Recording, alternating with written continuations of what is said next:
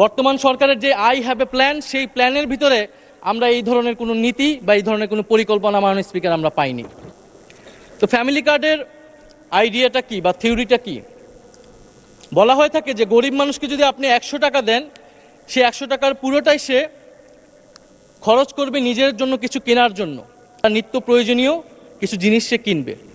ফলে যদি আপনি গরিব মানুষকে টাকা দেন, 2000 টাকা দেন, 2500 টাকা দেন, সেই টাকাটা মানি রোল হবে, হাত বদল হবে, এভাবে অর্থনৈতিক একটা পরিবর্তন হবে। এর ফলে রুরাল অর্থনীতিতে টাকা ঢুকছে, এটা সত্য।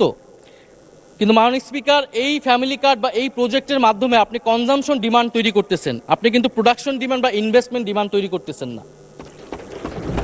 সে টাকা দিয়ে কিনবে প্রোডাক্ট, সেই প্রোডাক্টটা সে ইন্ডিয়ান প্রোডাক্ট কিনবে, চাইনিজ প্রোডাক্ট কিনবে, কারণ এই দেশে তো প্রোডাকশন আপনি বাড়াচ্ছেন না, কিন্তু তাকে আপনি কনজামশনটা বৃদ্ধি করে দিচ্ছেন।